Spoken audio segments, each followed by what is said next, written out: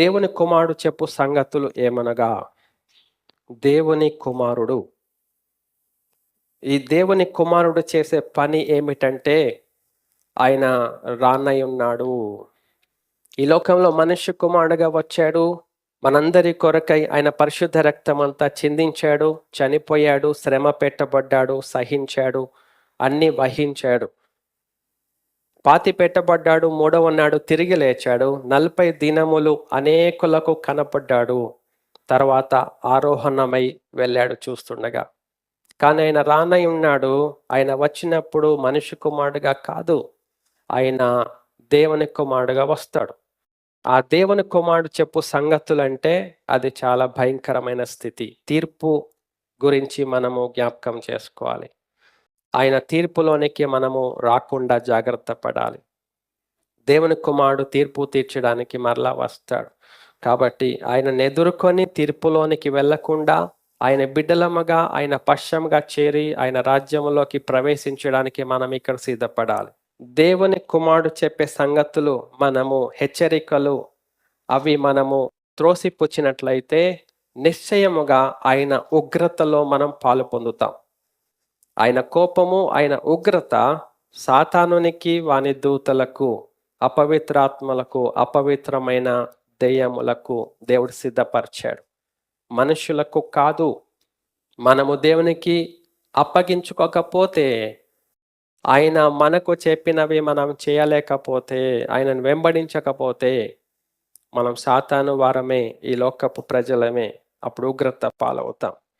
యేసయ్య అంటున్నాడు, నేను ఇంకనూ మీతో చెప్పవలసిన సంగతులు అనేకమైన ఉన్నవి, అయితే వాటిని మీరు ఇప్పుడు సహింపలేరు. అయితే పరిశుద్ధాత్ముడు, సర్వసత్య సంపూర్ణుడు, ఆ సత్య స్వరూపి అయిన ఆత్మ మీ వద్దకు వచ్చినప్పుడు ఆయన మీకు అన్నీ తెలియచేస్తాడు. అవేమిటంటే సంభవింపబోవు సంగతులను. తండ్రి యొద్ద నుండి ఏవి విన్నానో అవి నేను మీకు చెప్పాను. అలాగే నా యొద్ద నుండి, తండ్రి యొద్ద నుండి ఆ పరిశుద్ధాత్ముడు మీకు తెలియజేస్తాడు. ఆత్మీయమైన సంగతులను మీకు తెలియజేస్తాడు అని ప్రభు మనకు తెలియజేస్తాడు. పరిశుద్ధాత్మకు మనం అప్పగించుకున్నట్లయితే, దేవునికి అప్పగించుకున్నట్లయితే వాటిని సహించగలుగుతాం. ఆత్మీయ సంగతులు, పరలోకపు సంగతులు. లేకపోతే మనకు ఇబ్బందిగా ఉంటుంది, అయోమయంగా ఉంటుంది, మనకు అసలు ఏం అర్థం కాదు. ఇక్కడ విన్నంతసేపు ఏదో వింటాం, కానీ మీకు ఒక్క మాట అర్థం కాదు, ఒక్క మాట మీ హృదయంలోకి వెళ్ళదు, మీరు అంగీకరించరు ఆ స్థితి. కాబట్టి ప్రభు అంటున్నాడు, అయితే పరిశుద్ధాత్ముడు వచ్చినప్పుడు ఆ పరిశుద్ధాత్మను మనం అంగీకరించి ఆయనకు అప్పగించుకోవాలి. ఆ పరిశుద్ధాత్మను మన హృదయంలో ప్రభు పంపునట్లుగా మనం ప్రార్థన చేసి దేవునిని అడగాలి. ప్రభు అంటున్నాడు, మీరు అడిగినట్లయితే మరి నిశ్చయముగా పరలోకమున్న తండ్రి ఆ పరిశుద్ధాత్మను మీకు సమృద్ధిగా అనుగ్రహిస్తాడు. మనం అడిగి తీసుకోవాలి. నేడు పరిశుద్ధాత్మ అంటే నోట్కొచ్చిన భాషలు మాట్లాడి, హడావిడి చేసి, అరసి, కేకలు పెట్టి ఒక షో క్రియేట్ చేయటం, అది కాదండి పరిశుద్ధాత్ముడు చేసే పని. పరిశుద్ధాత్ముడు చేసే పని ఆయనలోనివి మనకు తెలియచేస్తాడు, పరలోకపు సంగతులు మనకు తెలియజేస్తాడు. ఆ పరిశుద్ధాత్ముడు చేసే పని, మనము పాపమును ఒప్పుకుంటాం, మన యొక్క దుర్నీతిని ఒప్పుకుంటాం, మన యొక్క వేషాలను తీసివేసుకుంటాం, మన యొక్క అతిక్రమములను విడిచిపెడతాం, పశ్చాత్తాప పడతాం, దేవునితో సమాధాన పడతాం. అది పరిశుద్ధాత్ముడు చేసే పని. ఇవన్నీ ప్రభు మనకు తెలియచేశాడు. మనం దేవుని సంగతులు వింటాం పరిశుద్ధాత్మ ద్వారా. దేవుడు మనకేం బోధించనై ఉన్నాడో ఆత్మీయమైన సంగతులు అవి వింటాం. ఈ లోకములో ఆర్థిక సంగతులు కాదు, ఆర్థిక డబ్బు, ఆస్తి, సంపద, ఉద్యోగాలు, రాబడి, ఇవి విషయాలు కాదు పరిశుద్ధాత్ముడు చెప్పేది. ఈ లోకములో పొలిటికల్ విషయాలు కాదు, రాజకీయ విషయాలు కాదు పరిశుద్ధాత్ముడు చెప్పేది. ఈ లోకములో ఉన్న ప్రకృతి సంబంధమైన విషయాలు కాదు పరిశుద్ధాత్ముడు చెప్పేది. పరలోక సంబంధమైన ఆత్మీయ సంగతులు యేసు ప్రభు ఏదైతే చెప్పాడో అవి మనకు జ్ఞాపకం చేస్తాడు. ప్రభు దేవాది దేవుడు సృష్టికర్త ఏదైతే మనకు చెప్పనై ఉన్నాడో వాటిని మనకు తెలియజేస్తాడు. కాబట్టి ఈ సంగతులు అని ప్రభు జ్ఞాపకం చేస్తున్నాడు. ఆత్మ చెప్పుచున్న సంగతులు. ఆ పరలోకపు రక్షణ జ్ఞానం ఉంటేనే తప్ప మనం దేవుని సంగతులను అర్థం చేసుకోలేము. అవి అందరికి ఇస్తాడు దేవుడు. ఎడ్యుకేషన్ అవసరం లేదు. ఈ లోకంలో ఏ స్థితిగతులు అవసరం లేదు. హృదయం ఉంటే చాలు, మనసు ఉంటే చాలు.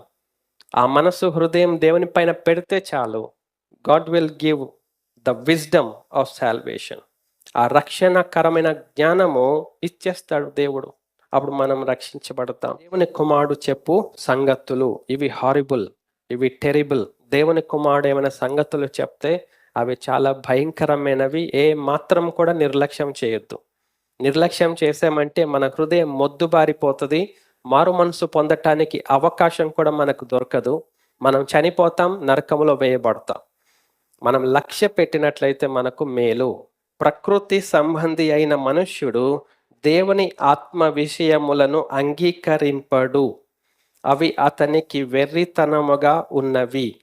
అవి ఆత్మానుభవము చేతనే వివేచింపదగును గనుక అతడు వాటిని గ్రహింప జాలడు. It's impossible to understand, to receive. Common sense తోటి మన మనసు మనుష్య ఆత్మతోటి లౌకికాత్మతోటి మనం దేవుని వాక్యాలు వింటే మనకి ఏ మాత్రం అర్థం కావు. అందుకనే మనకు అర్థం కావాలని నేడు అబద్ధ బోధకులు అనేకులు లౌకికాత్మకు తగినట్టుగా, మీ మనుష్యాత్మకు తగినట్టుగా, మీ పాపపు హృదయానికి మీలో ఉన్న దురాశలను ప్రోత్సహించే విధముగా దేవుని వాక్యమును బోధిస్తున్నారు. నేటి పాస్టర్స్, నేటి దైవజనులు అనేకులు, మెజారిటీ, ఎక్కువ మంది. అది చాలా అపాయమైన స్థితిలో ఉన్నాం. ఆది నుండి ఉంటాం, ఎప్పుడు కూడా ఉన్నాం. అందుకే ప్రభు అంటున్నాడు, మీ మట్టుకు మీరు జాగ్రత్తగా ఉండండి. మనం రక్షణను కాపాడుకోవాలా? దేవుని యొక్క రక్షణలో మనము నిరంతరం జీవించాలి. లేకపోతే మనం నశించిపోతాం. ప్రభుకు అప్పగించుకుందాం. అప్పుడు దేవుడు చెప్పే సంగతులు మనకు అర్థమవుతాయి. పాపమును, నీతిని, తీర్పును గురించి పరిశుద్ధాత్ముడు మనకు తెలియచేస్తాడు. మనలో ఉన్న పాపమును గురించి, మనము నీతిగా ఆయనను వెంబడించడానికి నీతిమంతులుగా తీర్చబడే స్థితిని గురించి, దేవుని రాబోయే ఉగ్రత, తీవ్రమైన తీర్పును గురించి పరిశుద్ధాత్మ మనకు తెలియచేస్తూ ఉంటాడు. మనం జాగ్రత్త పడాలని.